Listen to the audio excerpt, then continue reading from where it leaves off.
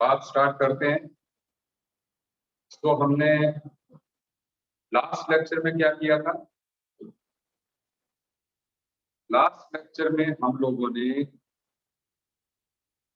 किया था inductive effect जो है, मैंने उसकी इंट्रोडक्शन करवा दी थी इंडक्टिव इफेक्ट की। ठीक है, आज हम उससे आगे बढ़ रहे हैं। आज हम जो बात करेंगे टॉक अबाउट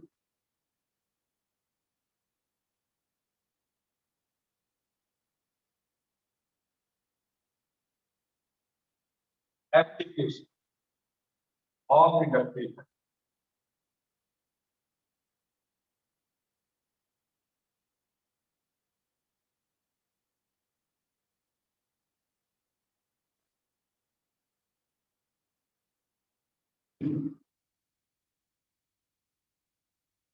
ठीक है, तो इस एप्लीकेशन से आपको एक्चुअल में इंडक्टिव इफेक्ट का पावर का एहसास होगा। एक मिनट, कैसे जाएगी, कैसे क्रॉस होगी? जस्ट एक मिनट, ध्यान से हो जाएगी क्रॉस। इधर से, इसको मत हिलाना, आ जाओ।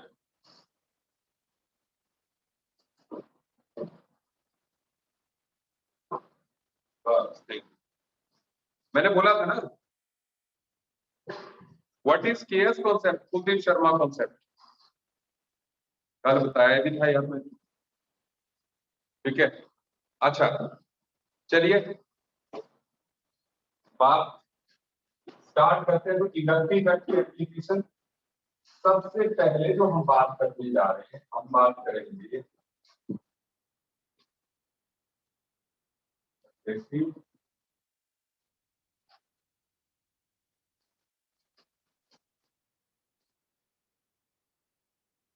Acidic strength of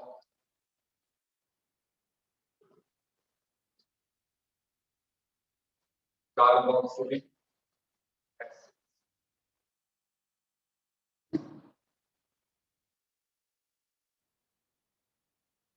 so carboxylic acids की एसिडिक स्ट्रेंथ का ऑर्डर क्या हो, ठीक है, ये देखना है। तो सबसे पहले तो एसिडिक स्ट्रेंथ को समझ लेते हैं कि कोई भी एसिड, मान लो हमने जनरल एसिड ले लिया, जैसे कोई जनरल एसिड ले लिया HB, तो ये जब डिसोसिएट करेगा कैसे करेगा, H positive plus A negative. ये मेरे को थोड़ा सा आपको इंट्रोडक्शन देनी पड़ेगी एसिड्स की, क्योंकि हमने केमिकल इक्विलिब्रियम और आयनिक इक्विलिब्रियम नहीं किया है। जनरली क्या होता था कि हम केमिकल और आयनिक जो है पहले कर लेते थे, फिर जीओसी पे आते थे। लेकिन अब आपके स्कूल वालों ने ऐसा चमत्कार किया है कि हमें पहले इसको डील करना है। ठीक है, थोड़ी सी बात कर रहा हूं मैं। तो जो भी वीक एसिड होगा, जो भी कोई वीक एसिड होगा, वो पार्शियली डिसोसिएट होगा, तो उस पे इक्विलिब्रियम का साइन है, समझते जाइए। ठीक है, तो आप ये समझिए कि इसको डिसोसिएट करना, इसका जो इक्विलिब्रियम कांस्टेंट होता है, अभी आपको कुछ नहीं समझ में आएगा, लेकिन मैंने ऐसा लिख दिया कि इसका जो इक्विलिब्रियम कांस्टेंट होगा उसको Ka बोलते हैं। ए स्टैंड्स फॉर एसिड।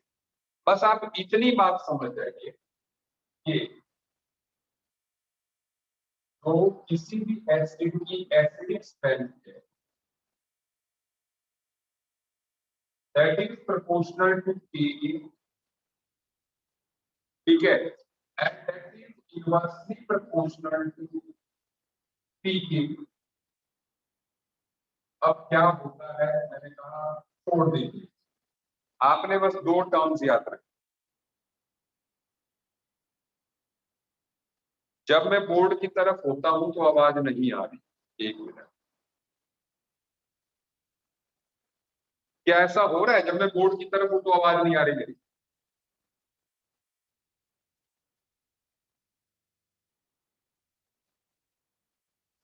चलिए अभी मैं, एक मिनट, आप बताइए अभी आवाज आ रही है?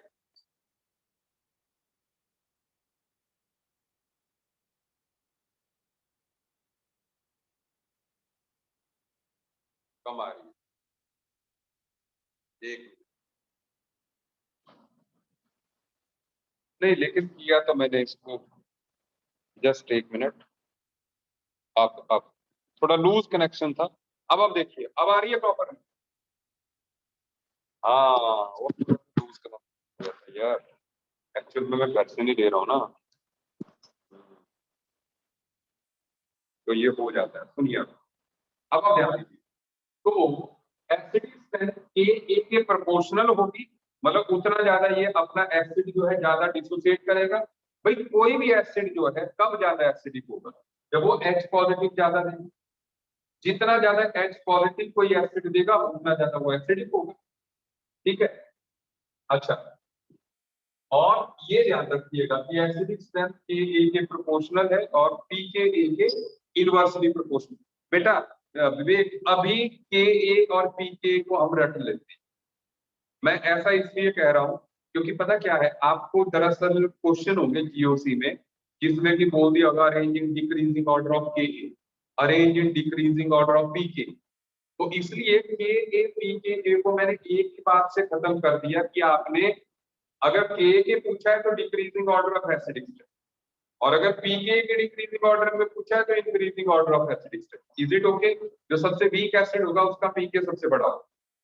समझ रहे बात? मैं इसलिए मैंने आपको ये टर्म दिखाई, अदरवाइज हम कंपेयर सिर्फ जो है एसिडिक और बेसिक स्ट्रेंथ ही रहेंगे। ठीक है, चलिए बात पढ़ते हैं। सुनिए, अब ध्यान दीजिए। अब हम एक नॉर्मल एसिड की बात करें। अभी मैंने आपको कहा कि आप किसी एसिड को स्ट्रॉन्ग एसिड तब कहोगे जब वो ज्यादा H पॉजिटिव देगा। ठीक है, चलिए हम सबसे छोटे कार्बोक्सिलिक एसिड की बात करते हैं। हमने नॉर्मल बेसिस पढ़ लिया है। सबसे छोटा जो कार्बोक्सिलिक एसिड बेटा जी हम जानते हैं, दैट इज फॉर्मिक एसिड। इसका कॉमन नेम क्या है? Formic acid. और ये डिसोसिएट कैसे करेगा? ये डिसोसिएट करेगा HCOO negative and H positive, और इसको बोलते हैं फॉर्मेटा।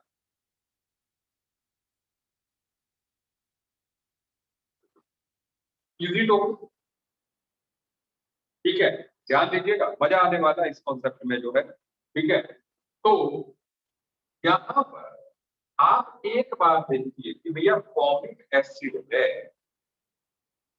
वो फॉर्मिक आयन दे रहा है H पॉजिटिव आयन।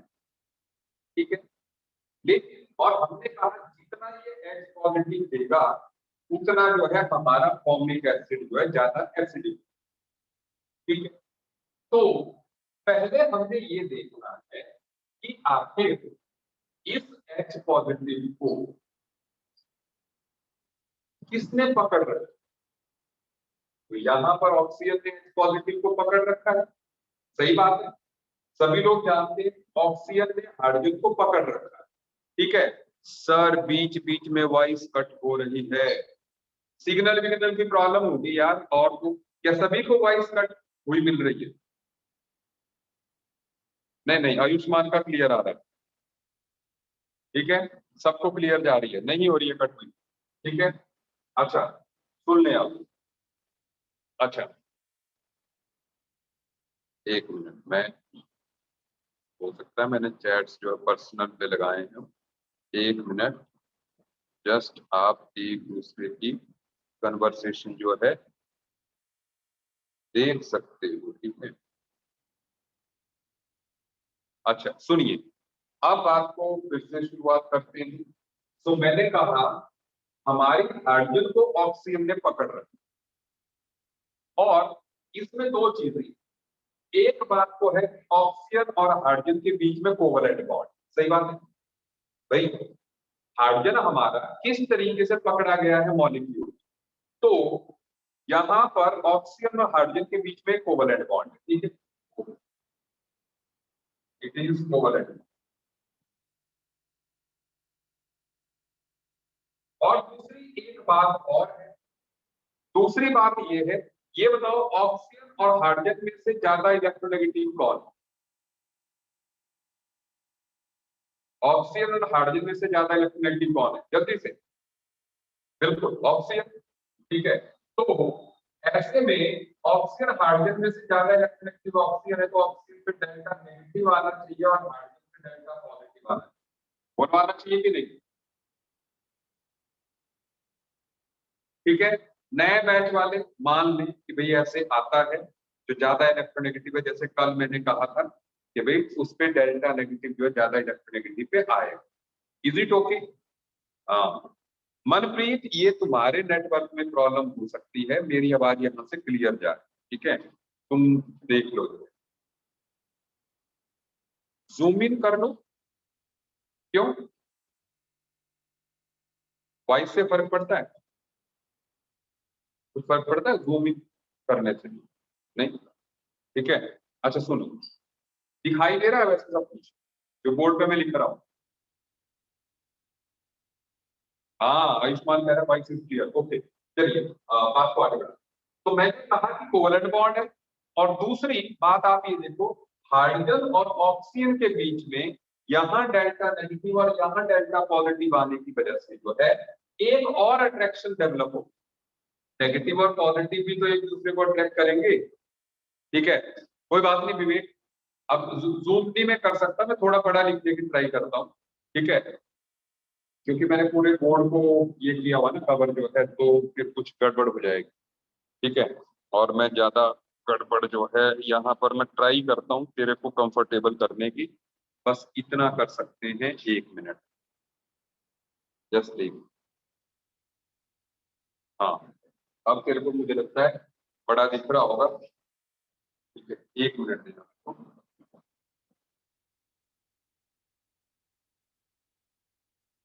इतना ये सुनो। अच्छा अब सुनो, तो यहाँ पर इसने इस डेल्टा पॉजिटिव और ऑक्सीजन का डेल्टा नेगेटिव, इसकी वजह से भी तो अट्रैक्शन हुई ना, है ना? इसकी वजह से भी अट्रैक्शन हुई। तो बॉन्ड को स्ट्रॉन्ग करने वाले दो रीजन हो गए, एक कोवलेंट बॉन्ड और दूसरा इनकी पोलैरिटी। क्योंकि जितना ये ज्यादा नेगेटिव होगा और जितना ये ज्यादा पॉजिटिव होगा, अट्रैक्शन उतनी स्ट्रॉन्ग होगी। सही है बात? Is it okay?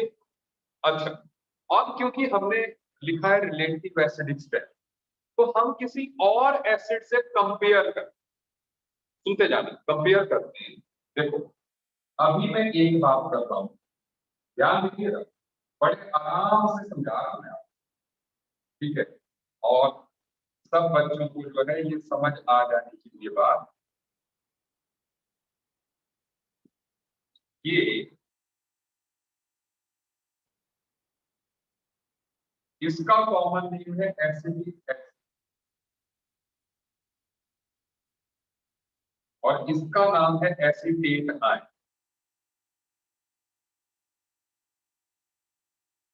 सुनते जाना, ये एसिटिक एसिड है और इसका नाम एसीटेट आयन, ठीक है? तो अब यहाँ पर पहले आप मुझे बताओ कि फॉर्मिक एसिड और एसिटिक एसिड में आपको डिफरेंस क्या दिखता है? डिफरेंस सिर्फ एक जगह पे है, इसका यहाँ पर हाइड्रोजन है, इसका यहाँ पर मिथाइल है।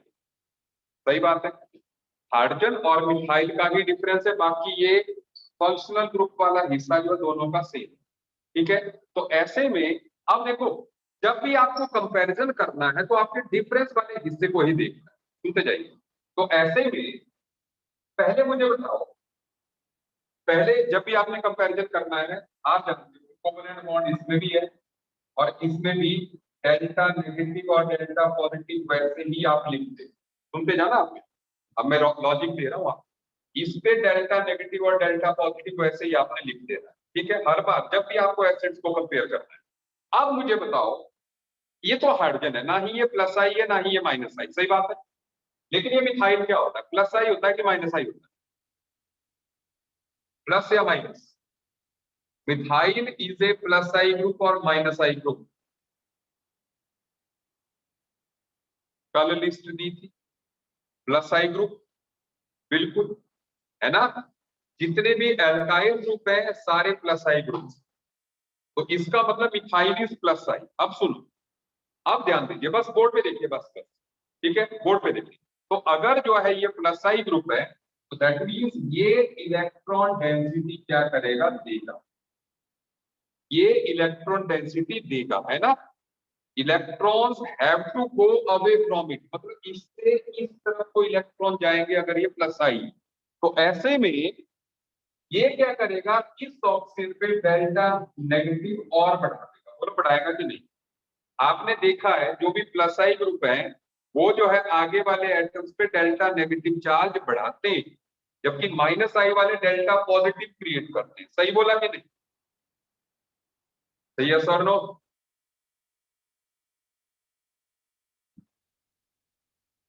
सही बात है। तो इसका मतलब ये जो मिथाइल है, ये जो मिथाइल ग्रुप है बी प्लस आई ग्रुप, ये हमारे ऑक्सीजन पर नेगेटिव चार्ज को और बढ़ाएगा। सही बात? बढ़ाएगा कि नहीं? पहले कुछ डेल्टा नेगेटिव था, लेकिन ये भी कुछ बढ़ाएगा जिसको मैंने डेल्टा डैश नेगेटिव लिख दिया। ठीक है।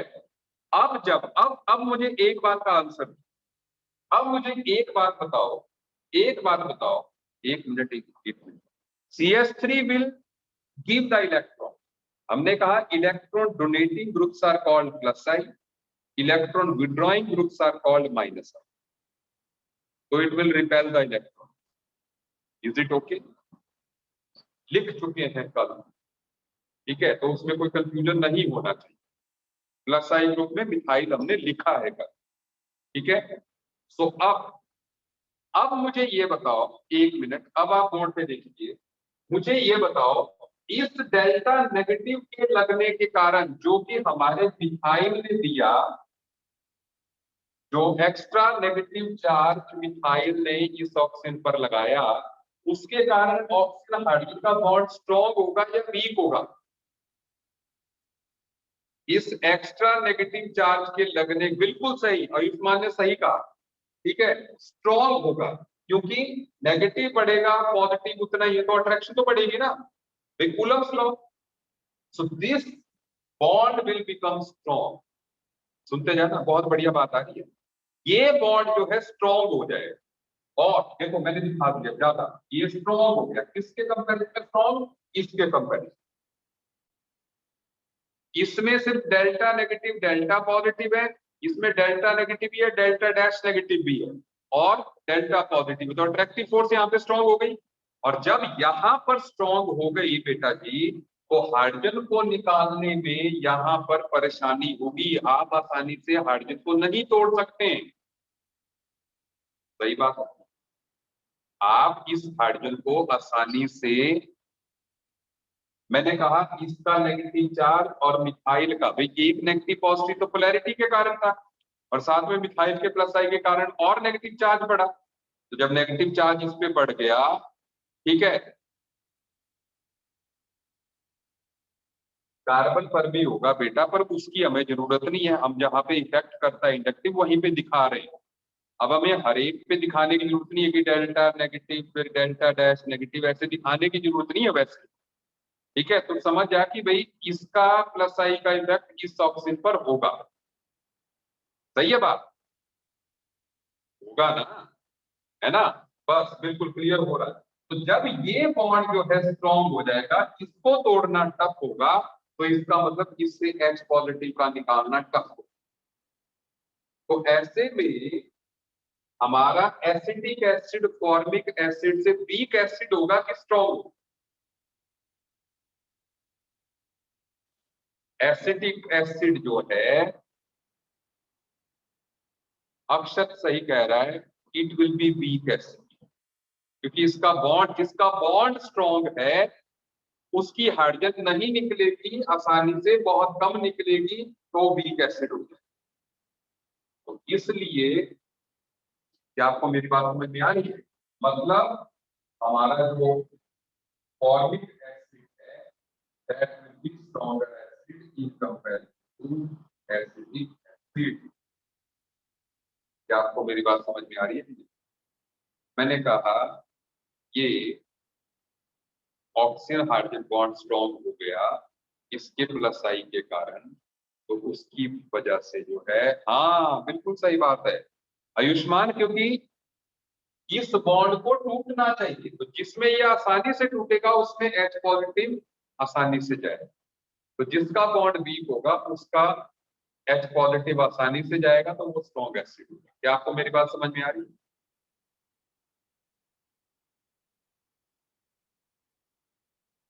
समझ में आ रही है? ठीक है। तो एक बात सुन लीजिए, एक बात आप समझ जाइएगा, हाँ जो डिसोसिएट जल्दी होगा वो उतना स्ट्रॉन्ग, बिल्कुल सही बात है। तो एक बात हम कह सकते हैं इसमें, चलो पहले मैं और बात बताता हूँ। देखो, अब जब एसिटिक एसिड आ गया, ठीक है भाई, आप जानते हैं कि मिथाइल के कारण इस पे डेल्टा नेगेटिव बढ़ा, तो जो है अट्रैक्टिव फोर्स। अगर मैं मिथाइल से स्ट्रॉन्ग लगा देता हूँ, जैसे आपने कल पढ़ा कि इथाइल ग्रुप जो है वो मिथाइल से भी स्ट्रॉन्ग प्लस आई होता है, तो ऑब्वियसली ऑक्सीजन पे वो नेगेटिव चार्ज ज्यादा क्रिएट करेगा, तो वो और वीक एसिड हो जाएगा। सही बोला कि नहीं? As we know, ethyl is stronger plus I in comparison to methyl. So, ethyl मतलब propanoic acid should be weak. हाँ, केएस कंसेप्ट समझा दूंगा, ठीक है। ओके, समझ आ रही है बात? और अगर मैं इससे भी स्ट्रॉन्ग प्लस आई लगाता हूँ, CH3 CH CH3, इससे भी स्ट्रॉन्ग लगाता हूँ, ये देखो, ठीक है। तो और इससे भी ज्यादा,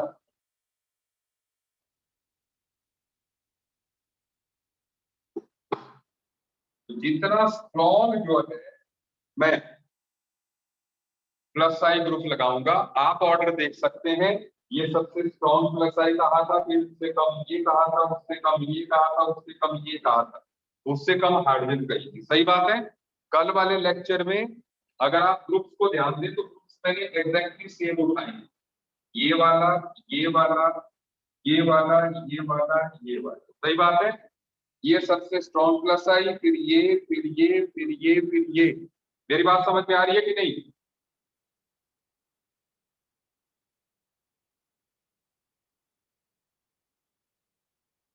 बहुत बढ़िया।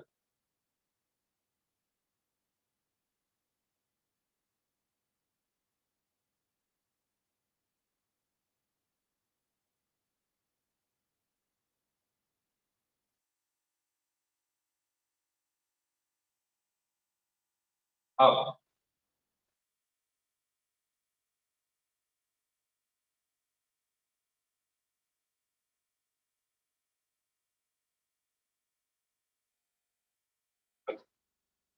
इस हिस्से को मैं मिटा रहा हूं, ऊपर वाले को लीजिए। तो अभी आप बात देखिए, ये फॉर्मिक एसिड है। अब देखिए, अगर मैं ये एसिड लिखता हूं CH2Cl, उसे जाना CH2Cl CO4, इसको बोलते हैं मोनोक्लोरो एसिटिक एसिड, ठीक है। बट इसका कॉन्सेप्ट समझ लेना, स्ट्रक्चर देखिए आप पहले। देखो, आप जानते हैं इसमें डेल्टा पॉजिटिव है, इसमें डेल्टा नेगेटिव, ये तो हमने पहले ही लिख दिया, क्योंकि ये तो ऑक्सीजन हाइड्रोजन की पोलैरिटी के कारण होगा ही। ये बताओ, क्लोरीन प्लस आई ग्रुप है कि माइनस आई ग्रुप है? क्लोरीन प्लस आई है कि माइनस? बिल्कुल सही बात है, माइनस आई ग्रुप है। तो अगर क्लोरीन माइनस आई ग्रुप है, तो बेटा जी chlorine exert some delta dash positive charge on oxygen. Chlorine कुछ जो है ऑक्सीजन में डेल्टा डैश पॉजिटिव क्रिएट करेगा कि नहीं करेगा? कुछ पॉजिटिव चार्ज जो है क्लोरीन, जो भी इलेक्ट्रॉन विड्रॉइंग ग्रुप होते हैं वो ऑक्सीजन पे जो है कुछ पॉजिटिव चार्ज क्रिएट करेंगे कि नहीं करेंगे? बिल्कुल सौम्या सही कह रहा है, ठीक है। तो क्रिएट करेंगे। और इससे बताओ, हमारा OH बॉन्ड स्ट्रॉन्ग हुआ कि वीक हुआ इस डेल्टा डैश पॉजिटिव के आने से? ये बॉन्ड स्ट्रॉन्ग हुआ कि वीक हुआ? वीक हो गया ना, तो एसिड स्ट्रॉन्ग हुआ, तो एसिड स्ट्रॉन्ग हुआ, तो फॉर्मिक एसिड के कंपैरिजन में ये स्ट्रॉन्ग एसिड हो। सही बात। फॉर्मिक एसिड के कंपैरिजन में ये स्ट्रॉन्ग एसिड हो। और दूसरी बात, अगर क्लोरीन की जगह मैं मान लो NO2 ग्रुप लगा देता हूं, तो NO2 वाला और ज्यादा एसिडिक होगा।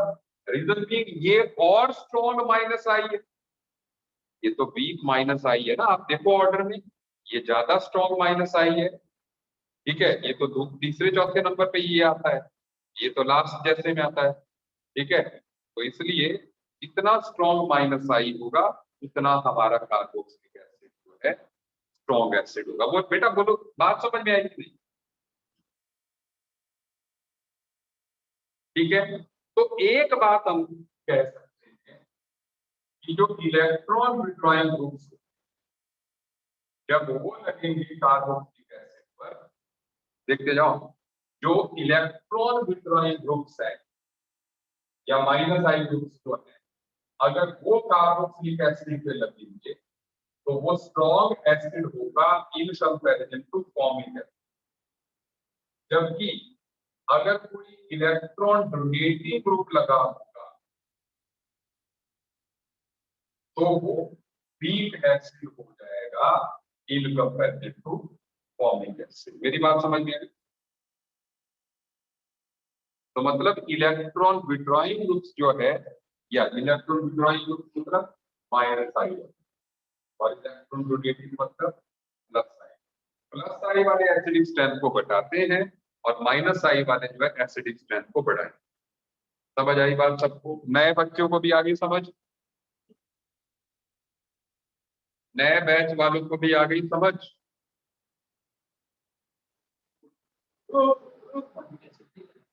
हाँ, कंपैरिजन फॉर्मिक एसिड से कर रहे हैं।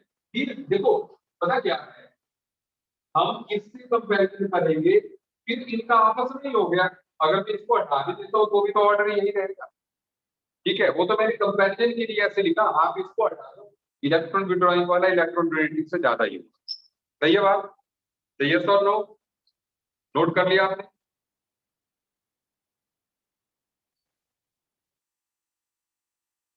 तो ये जो ऑर्डर है it is decreasing order of acidic strength या Ke है।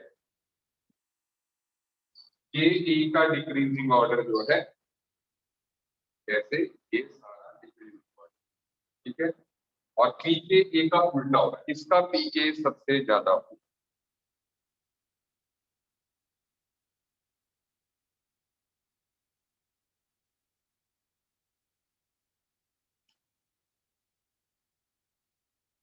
इसका लार्जेस्ट Pka होगा, लीस्ट Ka होगा, है ना?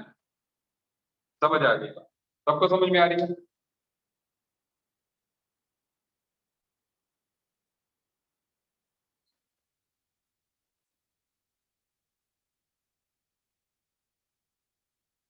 नोट कर लिया आपने?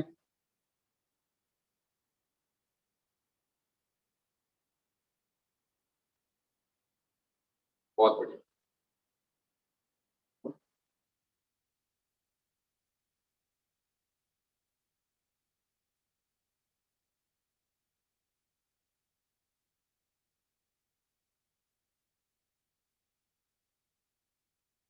अब ध्यान दें,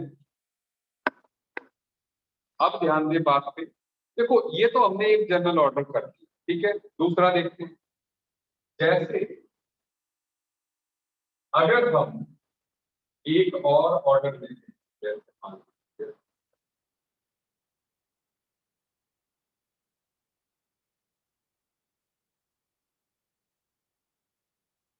this acid is stronger acid than this,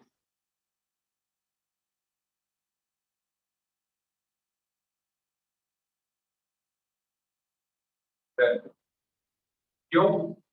क्योंकि हमारा जो माइनस आई ग्रुप है वो दूर जाता जा रहा है। ये माइनस आई ग्रुप है ना, पहले ये दूसरे कार्बन पे था, अब तीसरे पे चला गया, फिर चौथे पे चला। सही बात है? इतना दूर, क्योंकि हमने कहा था inductive effect decreases with distance, तो minus I will increase the acidic strength but इसमें माइनस आई सबसे नजदीक होगा, उसकी एसिडिक स्ट्रेंथ सबसे ज्यादा, इसमें दूर चला गया और इसमें और दूर चला गया, है ना, कार्बन बराबर, तो इसलिए ये भी एसिडिक स्ट्रेंथ, ठीक है। वाटर का, अच्छा, उसके बाद हम जैसे ये भी कह सकते हैं कि जैसे मान लो ये क्लोरीन और ये NO2 है, यहाँ पर मैंने लिखा है NO2, तो ये ज्यादा एसिडिक होगा इससे, क्यों? कल मैंने केएस कॉन्सेप्ट में कहा था effect of distance dominates over power, तो ये ज्यादा दूरी पर है COH ग्रुप से, ये तीसरे कार्बन पे है, साथ वाले ही कार्बन पे है, ठीक है। तो ऐसे में ये चाहे कितना भी वीक हो लेकिन ये नजदीक है, तो ऐसे में इसका इन्फ्लुएंस ज्यादा होगा, और क्योंकि दोनों माइनस आई है तो ये ज्यादा एसिडिक स्ट्रेंथ इंक्रीज करेगा। इजी टॉपिक है ना, समझ आ रही है मेरी बात सबको?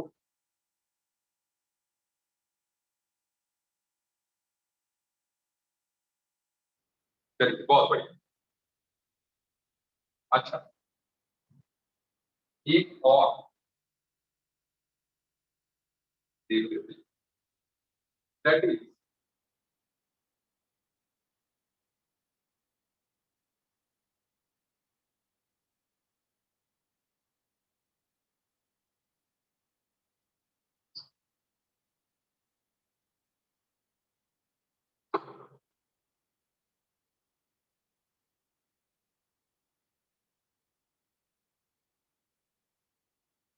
आप कल वाले लेक्चर को ध्यान देना।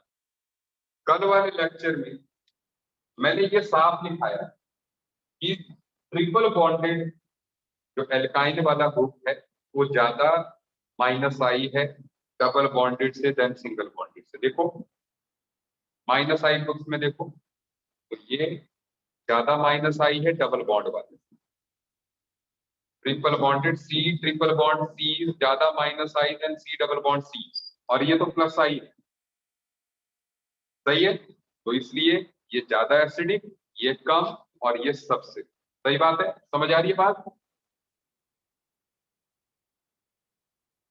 सो आई होप आपको एक आइडिया लग गया कि किस तरीके से आप जो है एसिडिक स्ट्रेंथ निकाल सकते हैं कार्बन, है ना।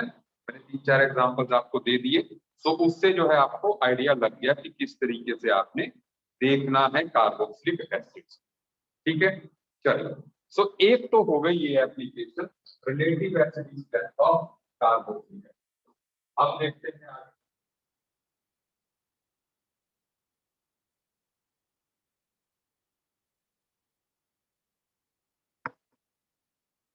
अच्छा, रुक जाओ रुक जाओ,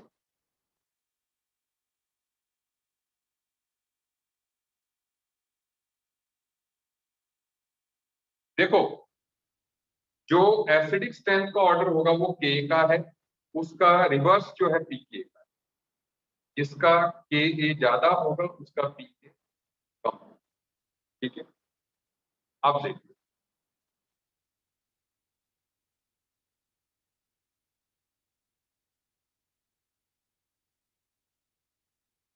ठीक है।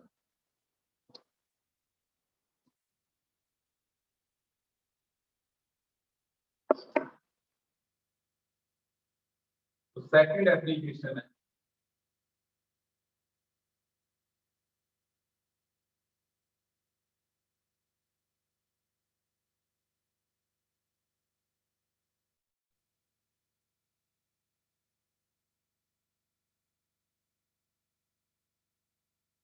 Stability of carbocation. आप लोगों ने लोअर क्लासेस में कैटायन और एनायन के बारे में पढ़ रखा हो, है ना। कैटायन और एनायन को आप जानते हैं, जो पॉजिटिवली चार्ज स्पीसीज होती है उसको कैटायन बोलते हैं, जो नेगेटिवली चार्ज स्पीसीज होती है उसको एनायन, ठीक है। अगेन इससे पहले कि मैं कैटायन एनायन वगैरह की बात करूं, मैं एक केएस कॉन्सेप्ट की हेल्प से मैं आपको एक फंडा दूं।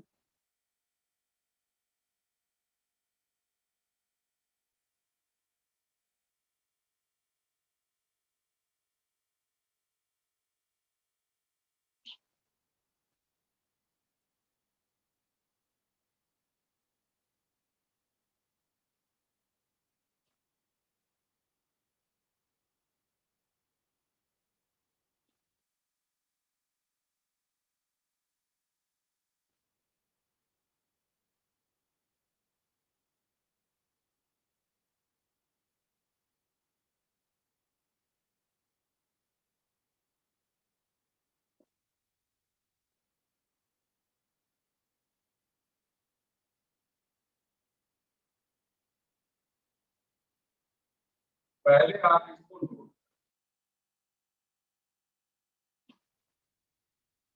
लिखा क्या है मैंने, any factor which decreases the charge on an ion stabilizes it। ठीक है, मतलब जैसे आयंस दो तरह के होते हैं, कैटायन और एनायन।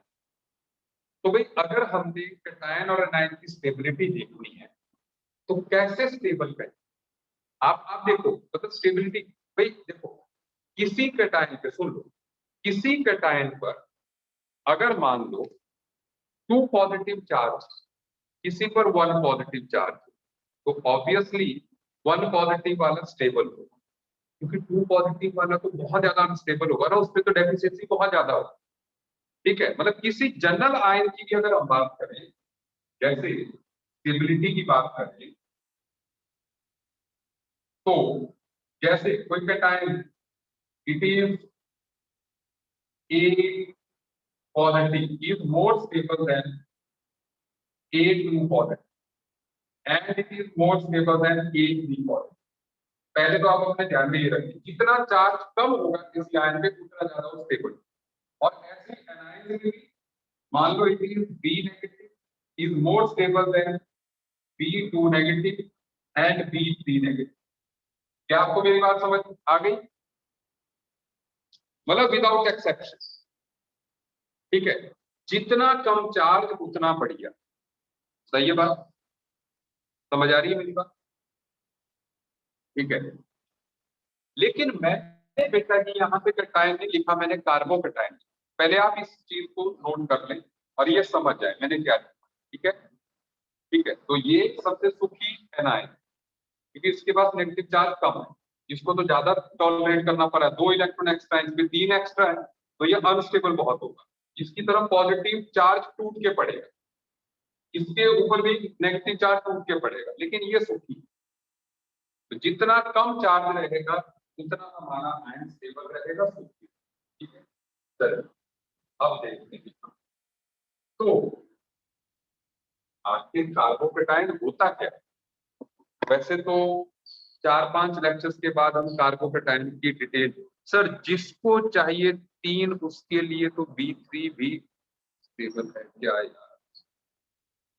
चाहिए की बात नहीं है, सुनिए, बात ये है कि किसी आयन में अगर 3 से उसका ऑक्टेट पूरा होता है तब भी 1 नेगेटिव ही उसका मोस्ट स्टेबल है।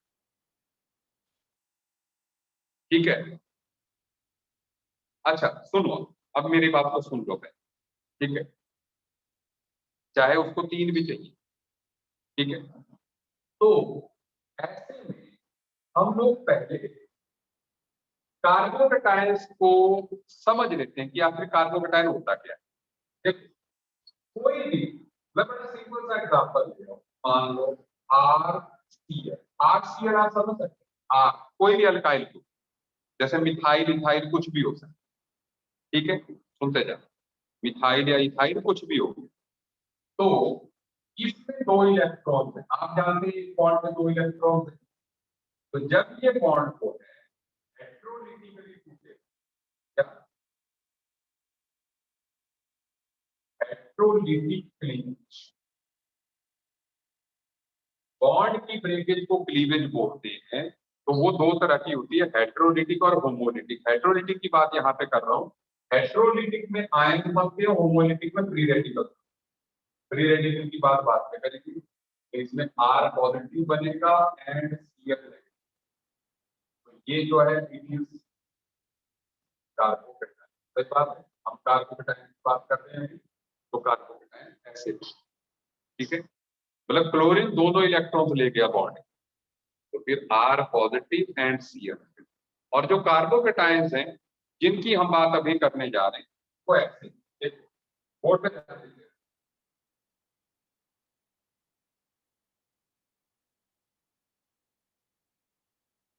इसको बोलते हैं 3 डिग्री कार्बोकैटायन। कार्बोकैटायन को C पॉजिटिव से रिप्रेजेंट करता हूं, आप मेरे शॉर्टकट को समझ लें।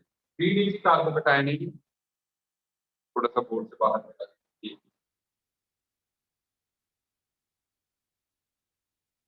इट इज 3 डिग्री कार्बोकेटाइन, सही बात है। अच्छा तो 2 डिग्री कैसा होगा?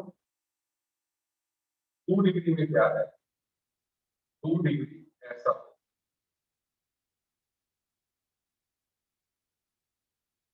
एंड 1 डिग्री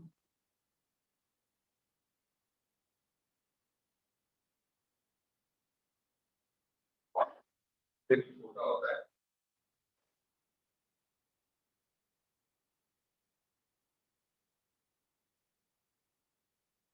पहले बेटा जी ये बताओ कि आपको ये कैटायन दिख रहे हैं, समझ में आ रही? 2 डिग्री कार्बन पे, ये 3 डिग्री कार्बन पे जब पॉजिटिव चार्ज होगा तो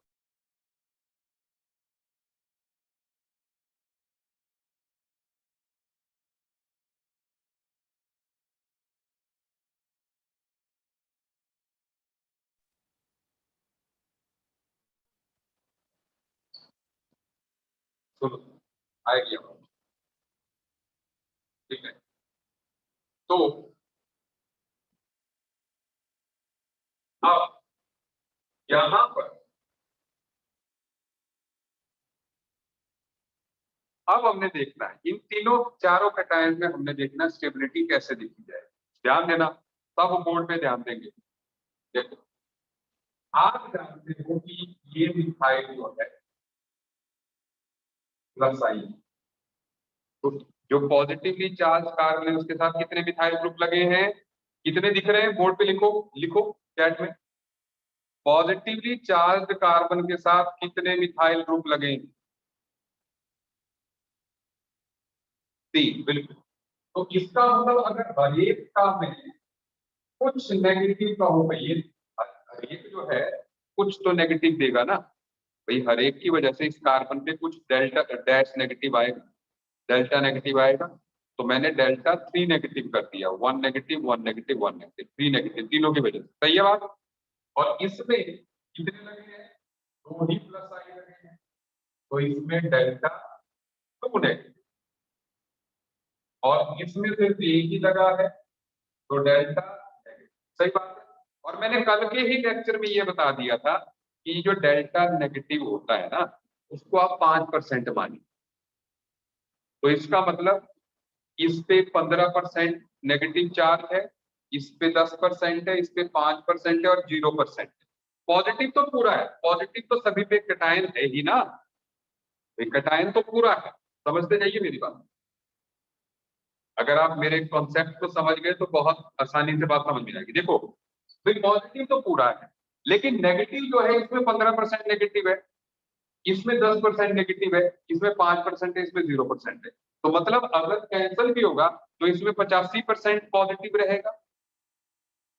100 माइनस 15 इज 85%, इसमें 80%, सॉरी 95%, नहीं 90%, इसमें 95, इसमें 100%। कुछ समझ में आई बात? मैंने कहा इसके पॉजिटिव चार्ज को ये 3 मिथाइल ग्रुप्स जो है वो काफी हद तक कैंसिल कर देंगे पॉजिटिव चार्ज।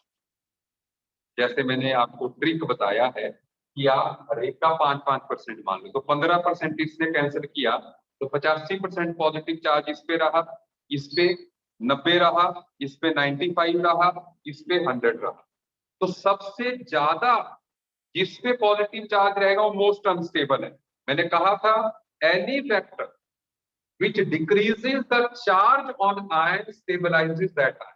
तो इस टाइम पर हमारा प्लस साइन जो है इसके चार्ज को डिक्रीज कर रहा है, और सबसे ज्यादा इसमें डिक्रीज हो रहा है इस केस में 3 डिग्री सबसे स्टेबल होगा, then 2 degree, then 1 degree, then 5। बेटा जी बात समझ में आई? हमने कहा था जो फैक्टर चार्ज को डिक्रीज करेगा वो स्टेबलाइज करेगा। तो चार्ज है पॉजिटिव, तो ये उस चार्ज को डिक्रीज कर रहे हैं, क्यों? प्लस आई देगी, तो सबसे ज्यादा डिक्रीज ये करेगा, फिर ये करेगा, फिर ये, इसमें बिल्कुल नहीं होगा। तो ये मोस्ट अनस्टेबल है, ये मोस्ट स्टेबल है, सही बात है। समझ आई मेरी बात? 3 डिग्री मोस्ट स्टेबल, मिथाइल सबसे अनस्टेबल। बढ़िया से आगे समझ आ? चलो अब देखते हैं आगे, अगला ग्राफ हम देखते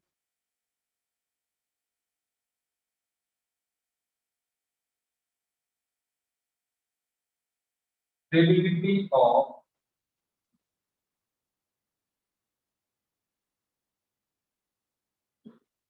कार्बन है। अब देखना, अब फटाक से समझ आएगी बात। अब देखो आप, हमारा जो कार्बन है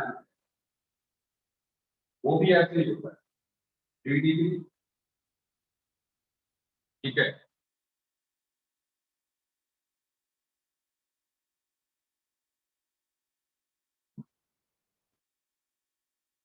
टू डिग्री,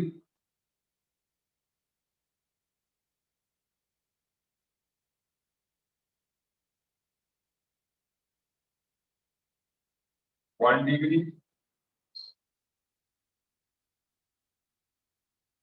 एंड भी 5। अब सुनो, अब ध्यान दीजिए, मैं ही बता रहा हूं बेटा जी। चार्ज डिक्रीज कैसे हो रहा है, संचित पूछ रहा है चार्ज डिक्रीज कैसे हो रहा है। भाई देखो बेटा, इस पे पॉजिटिव चार्ज है, अगर प्लस साइन के कारण इस पे नेगेटिव चार्ज दिया जा रहा है, तो जो नेगेटिव चार्ज दिया जाएगा वो हमारे पॉजिटिव को कम कर रहा है कि नहीं कर रहा है, वो भाई आपने पढ़ा ना कि प्लस साइन जो है वो डेल्टा नेगेटिव चार्ज देते हैं, so they are cancelling this positive charge, तो इसका पॉजिटिव चार्ज कम हुआ। आगे बात समझ में, ठीक है। अच्छा, अब आगे देखिए, अब आगे देखिए एनायन की बात है।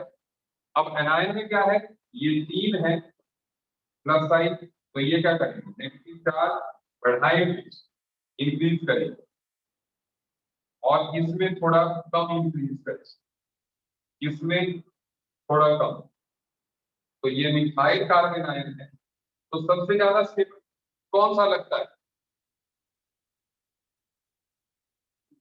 This one is most stable, सही बात है, क्योंकि उसपे नेगेटिव चार्ज सबसे कम है। समझ आ गई बात। तो इन दिस केस हमारा CH3 is increasing the negative charge on carbon ion, तो हमने कहा था any factor which increases the charge that will destabilise, तो ये चार्ज को इंक्रीज कर रहा है, तो ये डिस्टेबलाइज कर रहा है। समझ आ गई बात, सबको समझ में आ गई, पक्का। अच्छा, 1 मिनट दीजिए। अच्छा, एंड लास्ट, बस लास्ट पता क्या है, मैं जल्दी मिटा दिया लेकिन रिकॉर्डिंग में देखना आपकी। लास्ट है फ्री रेडिकल, तो यहीं पे बात कर रहा हूँ, ठीक है। थर्ड जो है फ्री रेडिकल, तो फ्री रेडिकल यहाँ पे लिख लेता हूँ, बोर्ड पे ध्यान दें सब लोग। थर्ड इज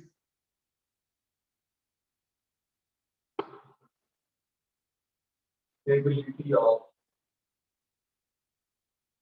फ्री रेडिकल, और फ्री रेडिकल की स्टेबिलिटी, फ्री रेडिकल होता है जैसे RCl है मान लीजिए, इसमें जब होमोलिथिक क्लीवेज, मतलब जो 2 इलेक्ट्रॉन है, एक इसकी तरफ एक इसकी तरफ, आप ऐसे दिखाते हैं एक एक इलेक्ट्रॉन की movement is store by half है, तो इट इज फ्री रेडिकल। क्या आपको मेरी बात समझ में आई। और ध्यान रखिएगा, फ्री रेडिकल एक इलेक्ट्रॉन डेफिशिएंट,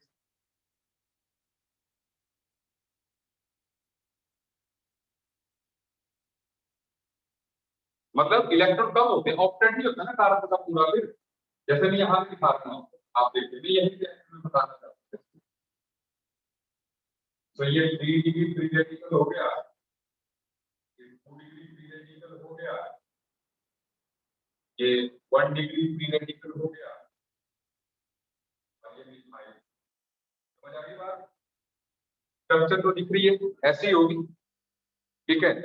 मैंने कैटायन की जगह रेडिकल बना दिया, और जैसे मैंने कहा ये इलेक्ट्रॉन डेफिशिएंट है, क्यों इलेक्ट्रॉन डेफिशिएंट है, यहाँ देखिए 2 4 6 एक साथ, कार्बन का ऑक्टेट इनकम्प्लीट है, सभी में कार्बन का ऑक्टेट इनकम्प्लीट है, कार्बन की बैलेंस शेल में 7 इलेक्ट्रॉन, तो ऐसे में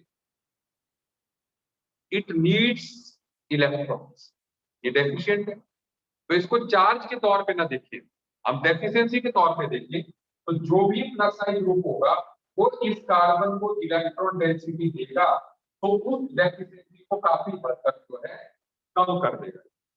जितने प्लस आई ग्रुप लगे होंगे वो जो है हमारे कार्बन पे जो डेफिशिएंसी आई है उसको पूरा करने में कुछ हद तक मदद करे, है ना।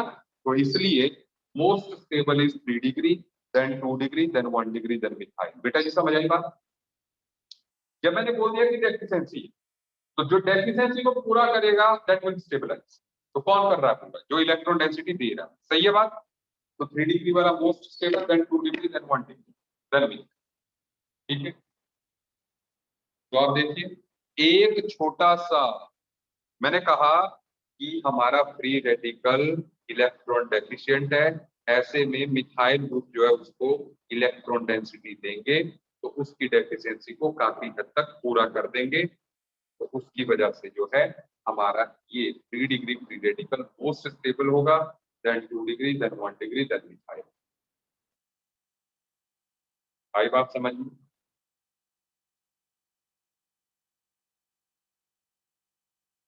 बहुत बढ़िया।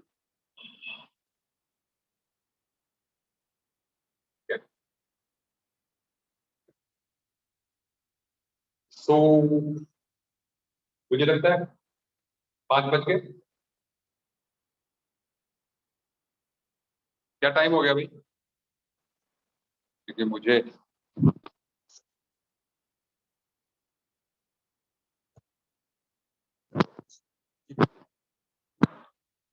कॉल आ रहा था तो मुझे ऐसा लग रहा था कि टाइम हो गया। चलिए चलिए कोई बात नहीं। सो ठीक है, आज हमने एप्लीकेशंस ऑफ इंडक्टिव इफेक्ट की। ठीक है, आज इतना ही काफी है। ऑफलाइन में कम लगता है, ऑफलाइन में कम लगता है। ठीक है, वो सही बात है। ऑफलाइन में जो है आपको 1.5 घंटे का, 1.25 घंटा तो कम से कम आप पढ़ते हो, लेकिन ऑनलाइन में ज्यादा लगता है। ठीक है, ऑनलाइन में वो माहौल नहीं बन पाता ना। ठीक है, तो इसलिए जो है, अदरवाइज ऑफलाइन में तो मैं इंडक्टिव इफेक्ट एक ही लेक्चर में करवा देता, इंट्रोडक्शन भी और एप्लीकेशन। ठीक है, तो ये है, लेकिन चलिए कोई बात नहीं। सो आई होप जो नए बच्चे हैं उनको भी समझ में आया हो। न्यू स्टूडेंट्स को मेरी बातें समझ में आ रही है कि नहीं?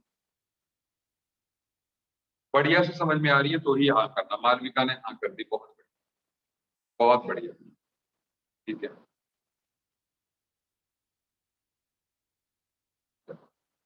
चलो बाकी मिलते हैं नेक्स्ट क्लास में विद न्यू कॉन्सेप्ट। हम करेंगे रेजोनेंस की बात।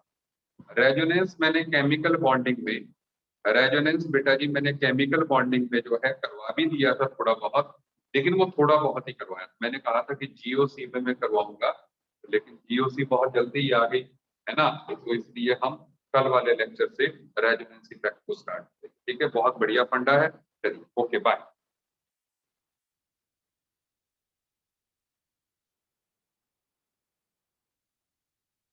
रिकॉर्डिंग बिल्कुल